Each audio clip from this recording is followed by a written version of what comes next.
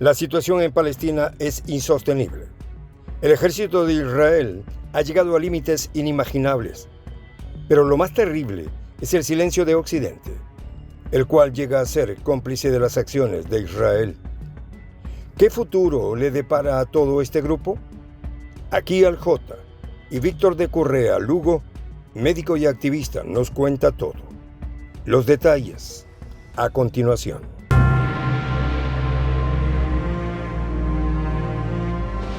Voz de la Patria Grande. Palestina se ha convertido probablemente en lo neurálgico que sostiene el punto de entendimiento de la humanidad. Palestina nos duele. Hace unas horas atrás hemos visto cómo la barbarie del régimen sionista ha atacado directamente a una población que iba por comida. 109 de los que se sabe han fallecido. Esta es la barbarie en su mayor extremo. Víctor de Correa Lugo es médico, activista pro-palestino, periodista, diría yo, un hombre que conoce en profundidad la situación de Palestina y del Medio Oriente en general. Un hombre que además ha estado en la zona, ha producido un material audiovisual sobre el tema y creo que su voz en este momento aquí en Prensa Alternativa es una de las más autorizadas para hablar sobre lo que está pasando en esta región del planeta que nos debe doler a todos los ciudadanos de bien. Víctor, hermano querido, gracias por estar con nosotros. Gracias, Jota, por la invitación y un saludo a las personas que ahora mismo nos siguen. Impresiones del momento actual en el que se encuentra Palestina. Pues primero es profundamente doloroso ver ayer las imágenes de niños corriendo con ollitas detrás de un carro que repartía harina. Es muy triste ver imágenes de niños recogiendo harina del piso para poder comer. Y pues más triste hoy ver la masacre que hace Israel como parte de su genocidio. No es un problema de izquierda, ni de musulmanes, ni de árabes, es un problema de humanidad, y yo creo que en eso algo hemos avanzado. Segundo, estamos frente a una comunidad internacional hipócrita, mezquina, y bueno, muchos adjetivos podemos utilizar para definirla, que es capaz de hacer cosas tan asquerosas como recortarle la ayuda humanitaria a UNRWA, la más grande de la agencia humanitaria que tiene acceso a los palestinos. Tercero, la salida del closet, para usar una expresión coloquial de ninguna manera ofensiva, espero no sea malinterpretado, de los sionistas criollos que yo llamo, y es la gran gama de personas que creíamos decentes y progres, y ahora resulta que están tratando de justificar un genocidio, o la pregunta que a uno le hacen es, ¿pero usted condena jamás? Cuando estamos viendo las atrocidades que vemos. Y cuarto, así, es la sensación de que todo ese proyecto, y tú lo decías muy bien, Jota, al comienzo, de la humanidad, de un Estado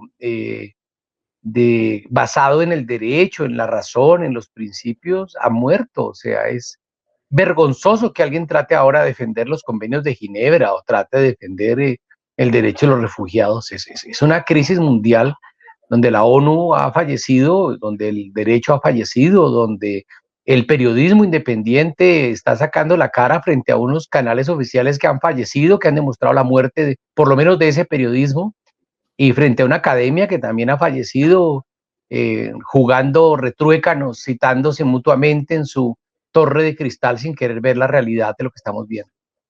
En este escenario, y es cínico decirlo, parece que la masacre de Gaza se ha normalizado.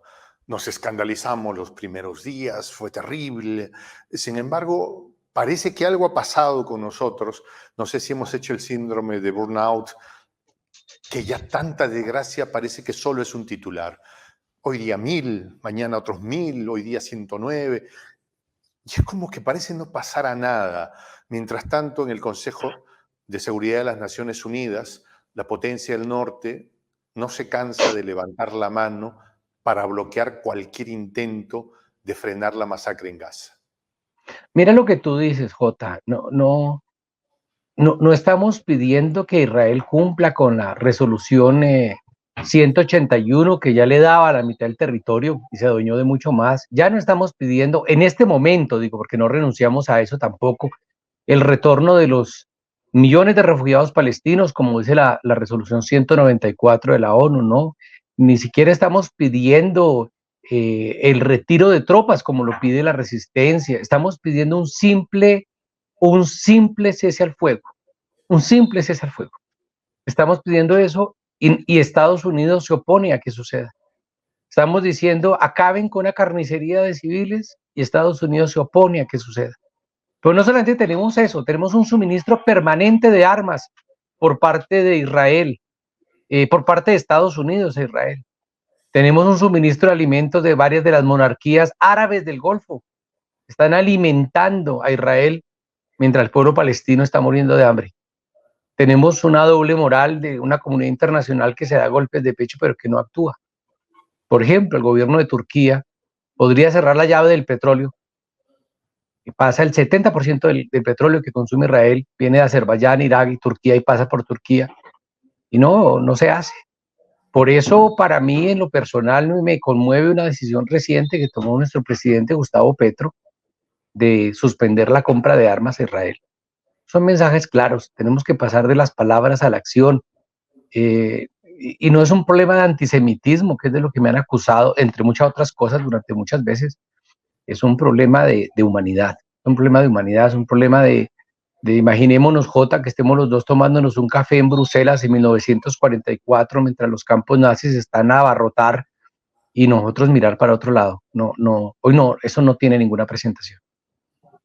No sé si el ejemplo cabe, y lo presento de esta manera. Es como que, por ejemplo, por citar un lugar, que en España aparecieran un grupo de pícaros malvados, y voy a ponerles de origen peruano, porque pícaros y malvados los hay de todo, ¿sí? Y a estos los toman presos por hacer maldades, y entonces cualquiera puede venir y señalar y decirles, tú hiciste mal, eres una mala persona. Eso no lo hace antiperuano, ¿no? Por supuesto. Está señalando al grupo específico de la gente mala que está haciendo algo malo, ¿no es cierto? Es lo mismo que acá viniera un español, un grupo de españoles, hicieran cosas malvadas, entonces yo los critico a ellos, pero no es que yo sea anti-español, sino anti esta gente malvada. Es lo mismo. Aquí no se está criticando al judaísmo, se está criticando, y se es muy severo en este momento de la historia, contra los criminales que, usando el concepto de lo que pasó en el mundo, en la Segunda Guerra Mundial, están intentando justificar esta maldad sin límites que se está haciendo. Víctor, hace algún tiempo, cuando esta etapa de desgracia humana recomenzó, porque el 7 de octubre no comenzó, sino que recomenzó, se tenía como elementos de influencia en este proceso, por ejemplo, a Hezbollah, a los hutíes y a otros. ¿Cómo percibes esto? ¿Son puntos de presión que pueden cambiar el devenir de las cosas, o es que demuestran que no tienen la potencia suficiente? ¿Qué percepción tienes? Estuve en noviembre y diciembre pasado haciendo entrevistas a diferentes fuerzas políticas en el Oriente Medio, entre ellas algunos comandantes de Hamas y de Hezbollah, con fines periodísticos, para un especial que estoy haciendo para un diario internacional. Y fue sorprendente como un combatiente de Hezbollah me decía, aquí la única solidaridad real es la de Yemen, ni siquiera se incluían ellos. Yo diría Hezbollah y Yemen, porque lo que se está dando allí en medio de un genocidio nos debe replantear. Por ejemplo, replantear no quiere decir que yo tenga la razón, estoy invitando al debate respetuoso. ¿Hasta dónde va el pacifismo? ¿Fue acaso Hitler derrotado con marchas por la paz y flores rojas? ¿Y hasta dónde podemos criticar que se resista a un genocidio? Entonces criticamos también a los judíos del gueto de Varsovia y a la resistencia francesa, donde Albert Camus heroicamente estuvo participando. Si la violencia siempre es mala, podemos criticar la revuelta de los esclavos de Espartaco frente al Imperio Romano. Entonces nos encontramos frente a unos debates que son serios, que son profundos y que tiene que ver con el derecho internacional. Es que el derecho reconoce, J, que los pueblos bajo ocupación tienen derecho a defenderse por medio de las armas frente a la ocupación. Y la ocupación no es una cosa que yo diga, lo ha dicho el Consejo de Seguridad, la Corte Penal Internacional, la Corte Internacional de Justicia, la Asamblea General de la ONU. ¿Quién más quiere que lo digan para que se dé por entendido?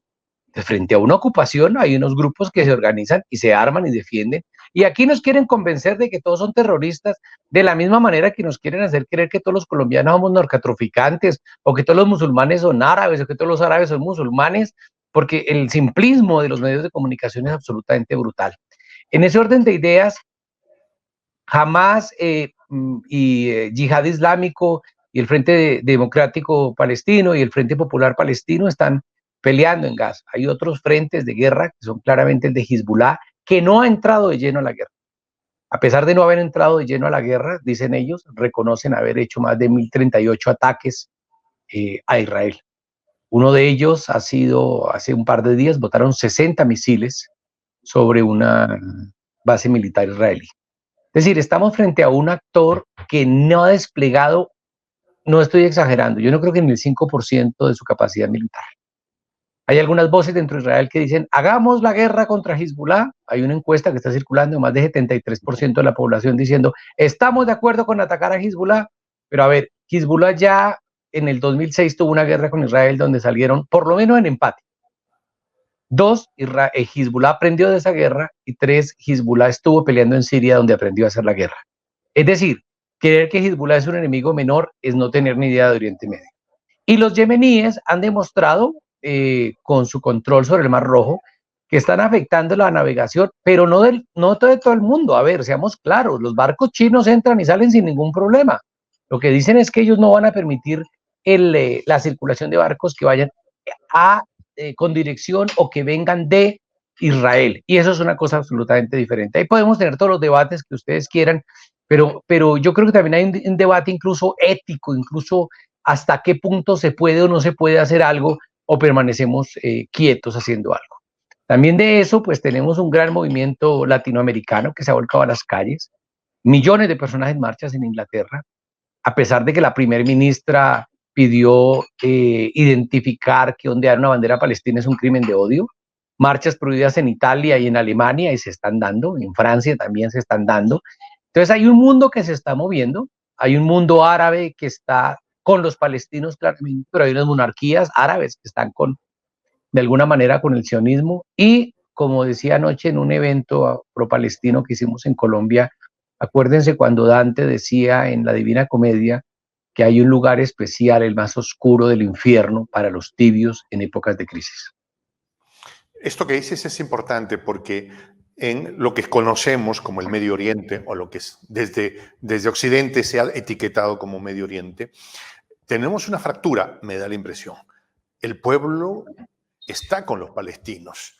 La clase gobernante aparenta estar con los palestinos, pero en el fondo viven de los cheques que le llegan desde la potencia del norte. ¿Esto lo percibes así? Y de ser así, ¿cuán sostenible es en el tiempo? A ver, recordemos hagamos un poquito de historia. Acuérdense que finalmente Egipto, después de 3 guerras perdidas, resultó negociando con Israel y reconoció a Israel, y eso le valió la muerte a Anwar el-Sadat a comienzos de los años 80 en Egipto. Ahora está en la cabeza del gobierno egipcio al-Sisi, un general que llegó con un golpe militar hace más ya de 11 años prácticamente del golpe militar, va a ser 11 años, y que recibe muchísima ayuda económica y militar por parte de Estados Unidos.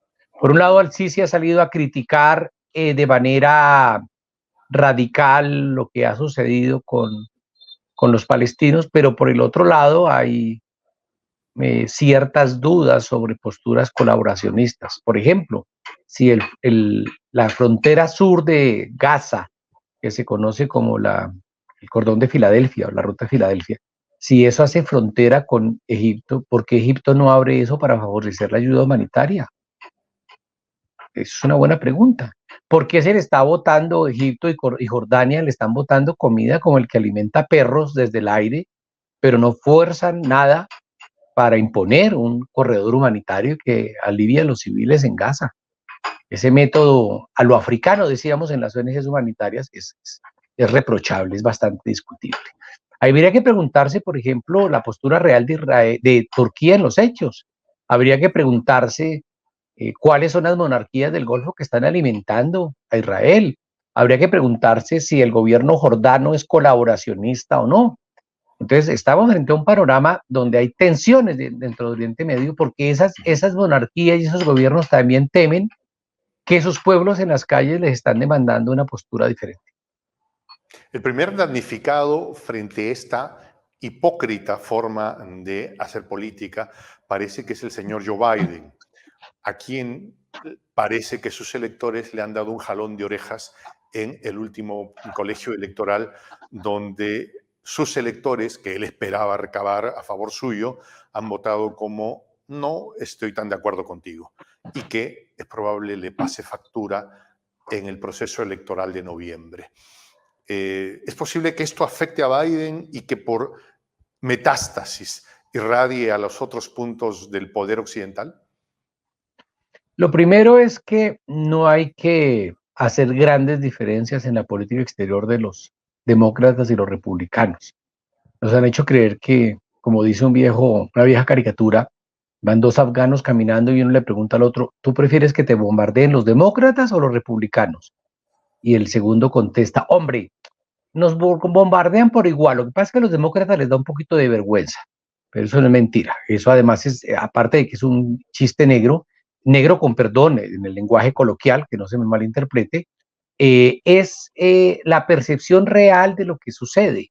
Si ustedes revisan la política de Obama, por ejemplo, él mandó más tropas a Afganistán que el mismo George Bush. Si ustedes revisan, quien saca tropas de Irak y de Siria y las disminuye sustancialmente es Donald Trump. Joe Biden dijo, si Israel no existiera, habría que inventarlo. Joe Biden ha dicho, yo soy sionista aunque no sea judío. Es decir, no esperemos, pero si es reelegido Trump, no va a ser diferente. Además de eso, hoy por hoy, si tenemos que hablar de alguien que es cómplice del genocidio de manera directa, es Estados Unidos. Con armas de Estados Unidos, con dinero de Estados Unidos, se está manteniendo en pie un genocidio. Y eso hay que decirlo así de claro. La política exterior estadounidense no va a cambiar. Y lo que hay es un juego interesante de poderes en el mundo donde cada uno trata de posicionarse. Es interesante ver qué posición final va a asumir países como China y Rusia, pero ya sabemos que por lo menos Inglaterra, Francia y Estados Unidos están con la idea machacona idea de que Israel es la eterna víctima, de que los palestinos son árabes. Las calles se han movilizado mucho y muy fuerte, sobre todo en Europa y en Estados Unidos. ¿La clase política gobernante es invulnerable a ello? Listo. Pero yo pienso dos cosas, estimado J. Acuérdate, en 2003, marzo del 2003, millones salimos en Europa a protestar contra la guerra que ya se venía, la invasión de Irak por parte de Estados Unidos. ¿Evitamos la guerra? No. Te doy otro ejemplo, 2011. Yo estuve también cubriendo como periodista las marchas por la mal llamada primavera árabe, lo que yo llamo las revueltas árabes en Egipto, en Jordania, en Líbano, en Siria. Y esas marchas lograron conseguir su fin de llamar a un Medio Oriente y un mundo árabe más democrático. Tampoco. Yo no estoy negando las marchas, Jota. Mira el vaso medio lleno y te planteo eso. En el 2003 no estábamos tú y yo conversando. No estaba el mundo entero conectado con las redes. Mira, es casi como la magia que dos latinoamericanos nos sentemos a conversar, que mostremos nuestra preocupación y que este video sea visto por cientos de miles de personas. Eso no lo teníamos en el 2003. ¿De pronto es un nuevo factor que puede inferir en el proceso? No lo teníamos, pero yo me pregunto ¿esto es un avance o un retroceso? Porque si fuera una relación directa, como enseñaban nuestros profesores de matemáticas, mi estimado J, el mundo estaría convulsionado frente a las imágenes que vemos, y no lo está. Es decir, yo no sé si es un avance o un retroceso. Ahora tenemos, como tú lo decías, una adaptación progresiva al genocidio como si no pasara nada. Ahora, cuando me cortaste la mitad de la respuesta. Sí, pero, Hay que seguir haciendo las... No es culpa tuya, es culpa mía. Jota, hay que seguir haciendo las marchas. Sí, hay que seguir haciendo... Anoche lanzamos un libro de poemas en Colombia con 25 autores. Anoche presentamos un video intifada de documental, versos. Intifada de versos. Logramos presentar un documental sobre lo que está pasando. Ahí sé que la gente en España se está moviendo. Esta mañana hablamos con unos amigos de Chile, de España, de Líbano, a ver qué hacemos. El presidente Petro toma unas decisiones. Todo eso suma, digamos, no en que vayamos a evitar la guerra, pero sí en crear un grado de conciencia que alimente otros escenarios de pelea, de lucha, de acompañamiento a los palestinos. Son muchas cosas las que hay que hacer. Yo creo que lo peor que podemos hacer es quedarnos quietos. Y yo creo, como decía el Che Guevara, que las peleas hay que darlas con la misma valía, el mismo énfasis, para ganar o para perder, pero hay que darlas. Y las marchas son parte de esa pelea, y el grafiti en la calle, y la bandera palestina en la ventana, y esas cosas hay que hacerlas. Yo no estoy negando que eso es importante, pero quiero llamar a la atención que eso tiene unas limitaciones reales y que debemos trascender eso. Por eso mi alegría inmensa de que el presidente Petro tome una decisión, pero queremos que el pueblo latinoamericano le recuerde a Boris, a Lula, a AMLO, a los presidentes más demócratas, que movamos en bloque mensajes en ese sentido. Mire, cada hora, estimado J, caen 42 bombas sobre Gaza. Cada hora son destruidos 12 edificios, una docena de edificios. Cada hora, mueren 15 palestinos. Eso está pasando desde el 7 de octubre.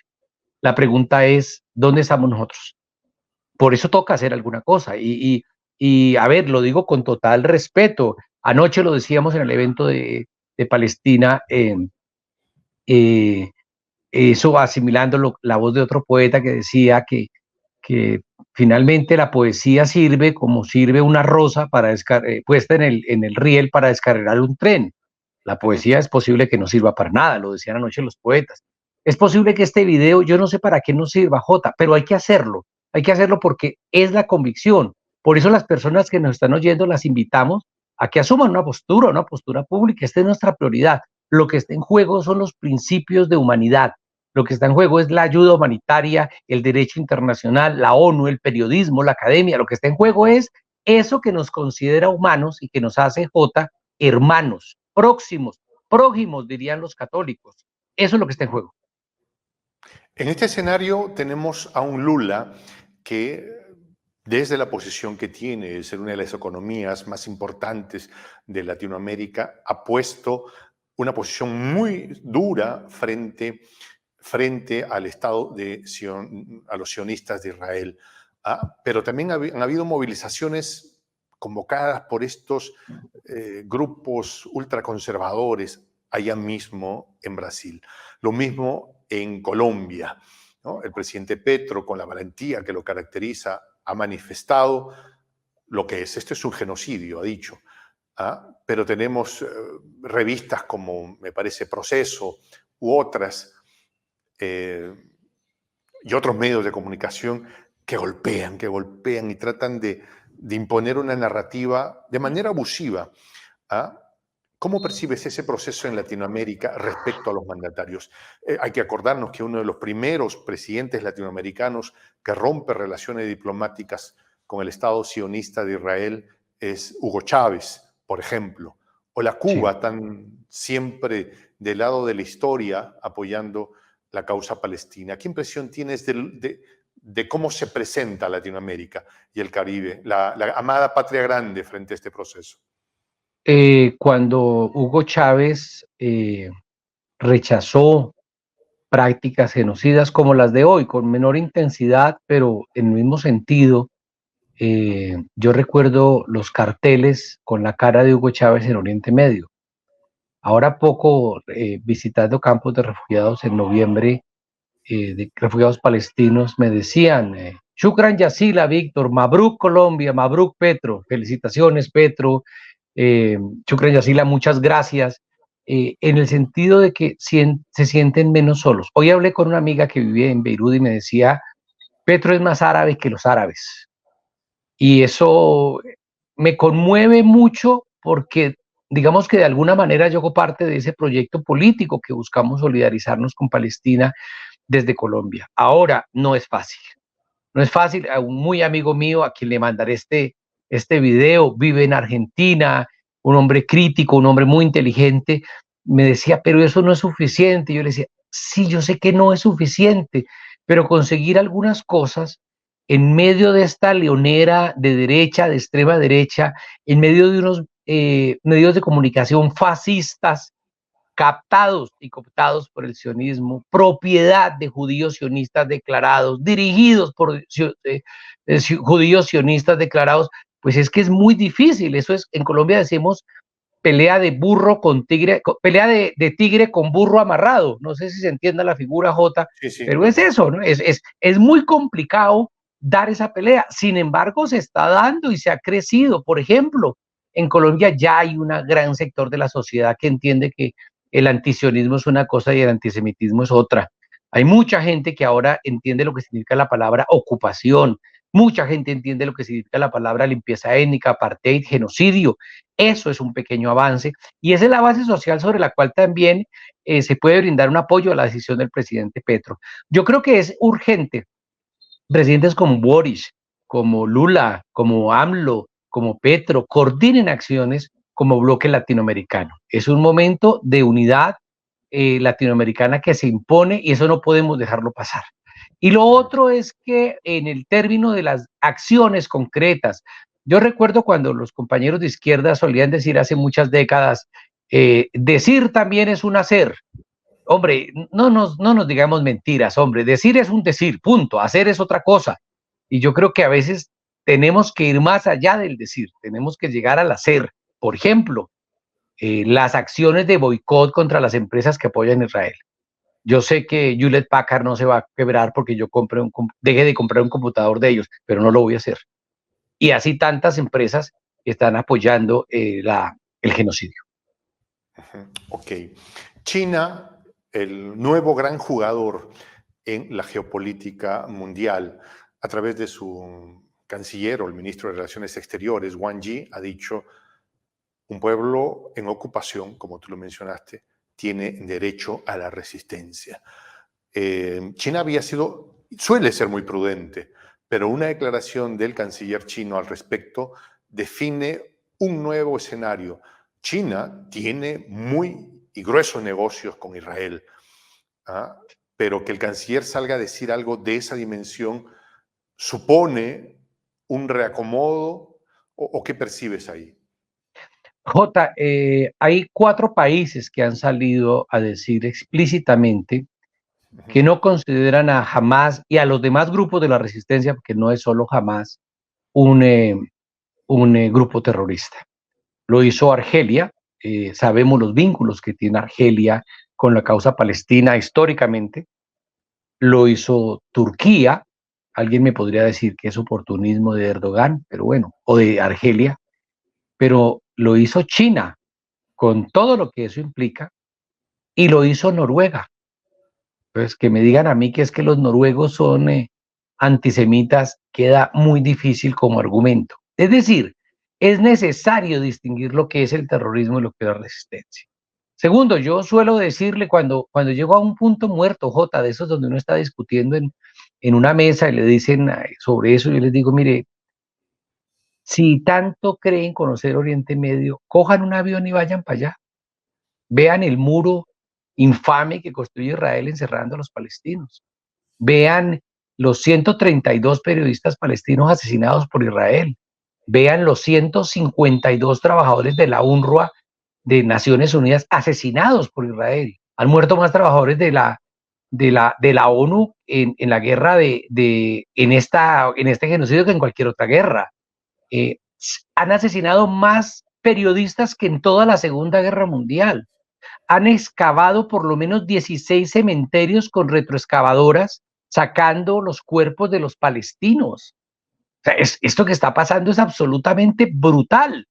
No es una pelea, J, yo suelo decir, de la narrativa, de lo que pueda decir Derrida en una discusión con Lyotard sobre el problema de la posmodernidad o de la autopercepción. No, estamos frente a una cosa brutal, brutal, dolorosamente descarnada.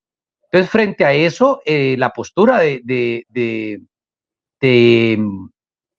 China es una postura que hay que leerla con tacto, porque al igual que Rusia, están insistiendo mucho en la solución de dos estados. Ya sé que en el mundo palestino hay debates sobre si la solución de dos estados es la correcta o un estado, Palestina will be free from the river to the sea, todas esas discusiones.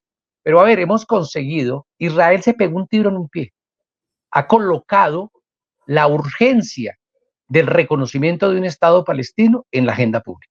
Hasta Biden, desde la hipocresía, hasta Josep Borrell, que es aún más hipócrita que Biden, si cabe decirlo, han salido a dar unas posturas que es, hombre, sí, los dos estados. Por eso yo sí creo, sinceramente, que Israel se pegó un tiro en el pie. Creo que Israel subvaloró la capacidad de una resistencia armada que, hablando con comandantes de Hamas a los que he podido entrevistar, me decían que por lo menos duraron 2 años preparándola. Una resistencia armada que tiene 300 kilómetros de túneles bajo Gaza, una resistencia armada con cohetes que son capaces de llegar a 200 kilómetros. Entonces, lo que pasa es que antes dejaban que los palestinos cometieran algo y los machacaban y nadie decía nada. Lo cierto es que ya más de 140 días después de la ofensiva del 7 de octubre, nos encontramos con Israel que ha fracasado políticamente. Soy el J, Juan José del Castillo, director del canal Prensa Alternativa. Si quieres ser parte de la comunidad de la Patria Grande, suscríbete a nuestro canal. Si es que quieres que te lleguen las notificaciones cada vez que subimos un video, activa la campanita. Si quieres apoyar a nuestro canal económicamente, puedes hacerlo a través de PayPal. El enlace está en la descripción del video. A nombre del equipo de Prensa Alternativa, me despido con esta expresión en el quechua milenario, Tupananchis Kama, cuya traducción es hasta volvernos a encontrar.